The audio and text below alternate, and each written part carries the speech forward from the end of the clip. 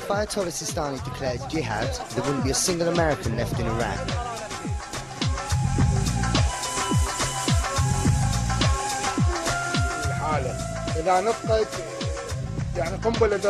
We think of Ayatollah Sistani as our nuclear time bomb. Let the Americans know, if he declares jihad, we will follow.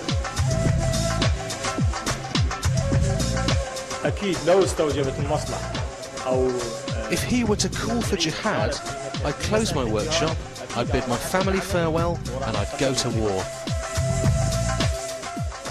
In the souks, in the chai shops, in internet cafes, on the wall and online, there's an all-knowing presence. A face that's seen everywhere, yet few have ever actually seen the Iranian-born Grand Ayatollah Ali Sistani. Of late, there's been another highly visible face, that of the angry young rebel cleric Muqtada al-Sadr, whose militia took on the might of the American army. The two men offer contrasting visions of Shia Islam. Muqtada is militant, his supporters impatient. Sistani stands for the moderate majority. The success or failure of America's democracy project in Iraq hangs on the blessing of this old man, who hasn't stepped out of his house in 6 years and who doesn't give interviews. امروز آقا پشتوانه قوی مردم عراق وجود آقای سیستانیه. The only thing that people in Iraq can rely on right now is the presence of Grand Ayatollah Sistani. I am really repulsed by the way that the Western and Arab media compare Mr. Sistani to people who are just not of the same caliber. It's truly dreadful when you hear the media comparing Muqtada al-Sadr to Ayatollah Sistani. It's like comparing a turnip to a king. The Americans recognize his importance, not as king, but as kingmaker. That's why, as the June the 30th handover approaches, the Ayatollah's political significance is growing. Over the past year, the Americans have repeatedly sought a meeting with Sistani, but the US Viceroy has never been granted an audience. The Governing Council is in discussions with the Grand Ayatollah, for whom we have the greatest respect, and I think it's probably best if I leave those discussions between the Governing Council and the Ayatollah. Sistani is understood to have sent Paul Bremer a message. "You're American," he said. "I'm Iranian. Let's let the Iraqi people decide." It was a clever response. Clever because Sistani knows the majority of the Iraqi people will do exactly as he commands, whatever that might be.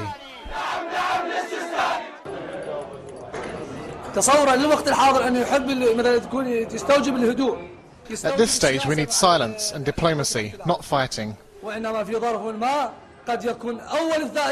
Maybe one day Mr. Sistani will declare jihad and we will become fighters. But we hope that won't happen and that we'll be able to deal with the Americans through dialogue.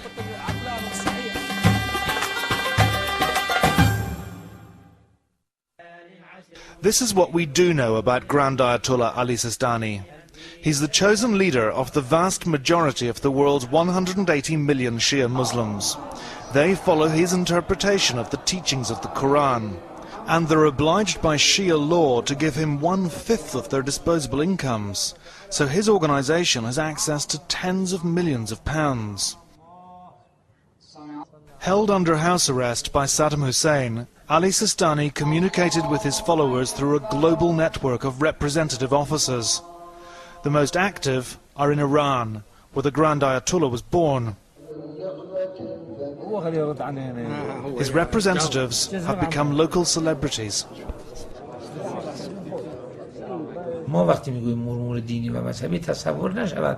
The object of emulation supervises and gives you orders regarding your daily religious affairs. But when we say religious affairs, we don't just mean praying, pilgrimage and fasting. We mean every aspect of human beings' lives.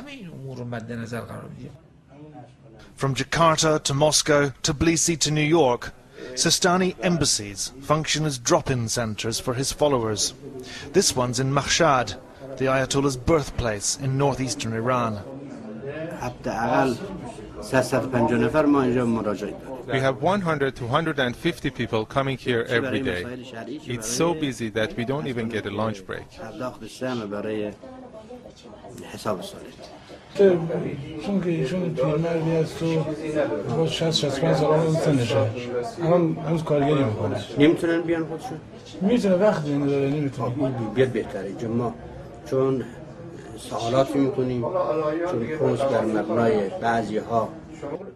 This woman's here with her new boyfriend to sort out her divorce.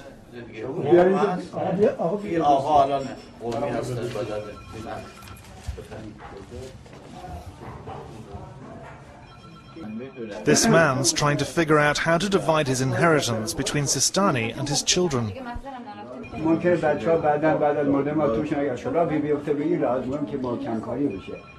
The Sistani consultancy boasts a telephone hotline, open from 9 a.m. until sundown.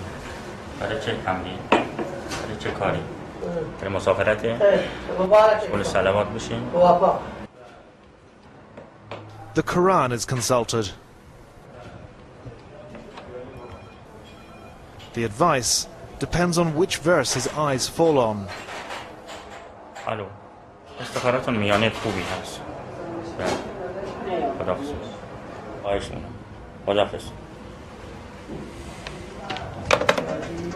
Consulting God, as they call it, is fine if you're a local phone call away. But what if you're not?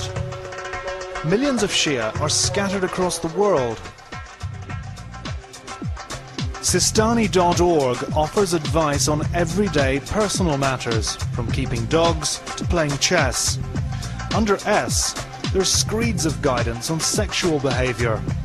Also under S, suicide, which, Sistani states, is not permitted under any circumstances, bombing included. Sistani confounds all the stereotypes. He's a modernizer from Iran who's used the internet to extend his power base. And another surprise, he's wooing the women of Iraq, religious and secular. Here in Baghdad, Sistani's organisation has funded one of the first religious schools to be opened specifically for Shia women. There's been a rush to enrol. Under Saddam, we women had to study religion and the Holy Quran secretly in a mosque. But after the fall of the regime, we noticed that both teachers and students were really enthusiastic about studying Islam. So we didn't have to do anything to attract women to come to classes here.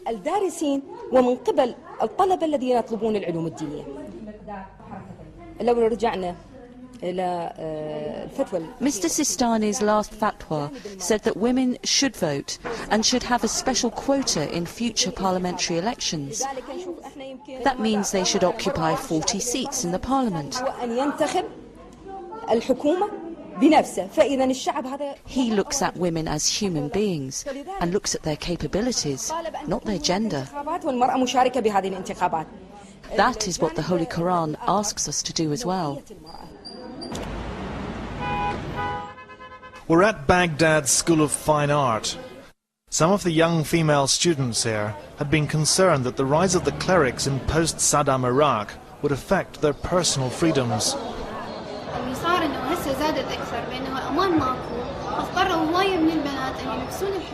Many women are forced to wear the veil because they're worried about their safety and getting raped.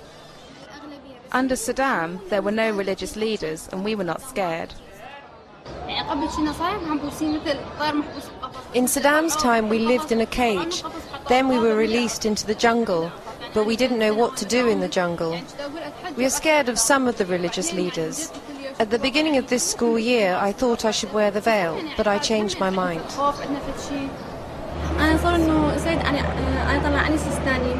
Ayatollah Sistani understands us.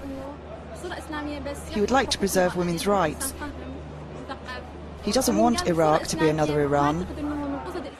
The reverence Sistani commands in Iraq is so pervasive, it proves impossible to find anyone critical.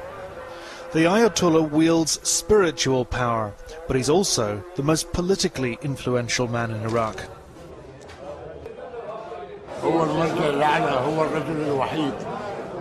We consider him the great one in Iraq. He's the first and foremost object of emulation. We cannot deviate from what he asks us to do. He's a wonderful man. He loves peace and Islam. In the cafes, all the talk is of politics, the trials of occupation, and the transfer of power. And, of course, Sistani's likely verdict.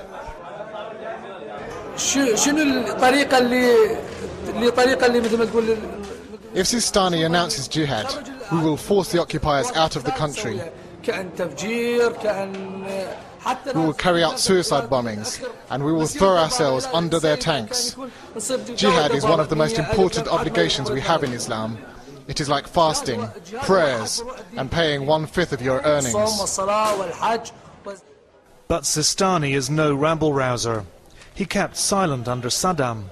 He's also been silent over the degrading treatment of Iraqis by occupying forces. Yet the Shia are a patient people, and nothing will happen until Ayatollah Sistani says it's time. You should follow your object of emulation in every situation. Ayatollah Sistani is our leader. He knows what to do. Jafar's devotion to Sistani is particularly breathtaking. This is a man who was tortured by Saddam and then detained for 6 months by American troops along with 9 members of his family.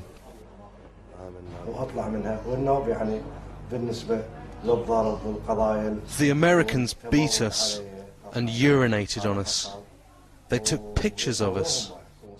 They had a translator and 2 investigators, but they had no mercy. One of them had an iron bar and he beat us with that.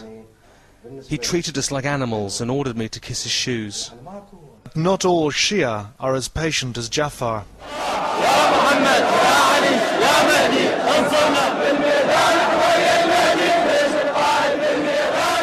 These angry, unemployed, disenchanted young men are the supporters of Muqtada al-Sadr, the junior cleric who started the Shia uprising in March.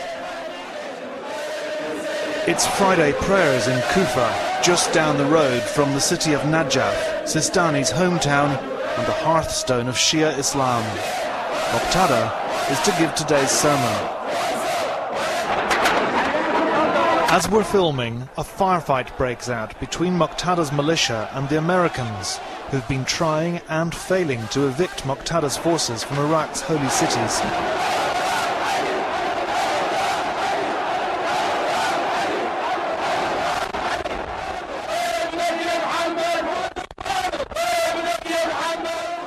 Muqtada al-Sadr and Ali Sistani are neighbours in Najaf, but they're miles apart politically. The uprising was a warning shot of what can happen when the Shia of Iraq disregard the moderation and patience of Sistani. The old Ayatollah sought to calm the fiery young cleric. He appealed to him and the Americans to keep their gun battles away from these, the holiest Shia shrines. Now an uneasy truce is holding, but there's still sporadic rocket and mortar fire.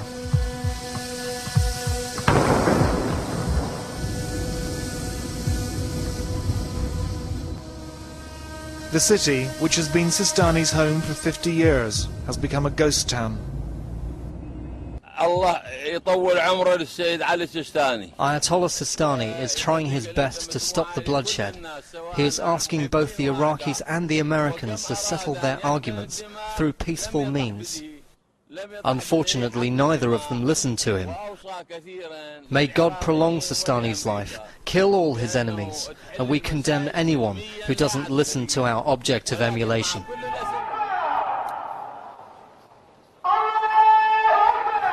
While the outside world frets about the way forward now, for most Iraqi Shia, the answer is obvious.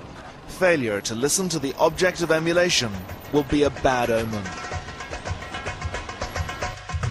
Ali Sistani's political stature is destined to grow, as is his spiritual authority as Iraq's moral compass.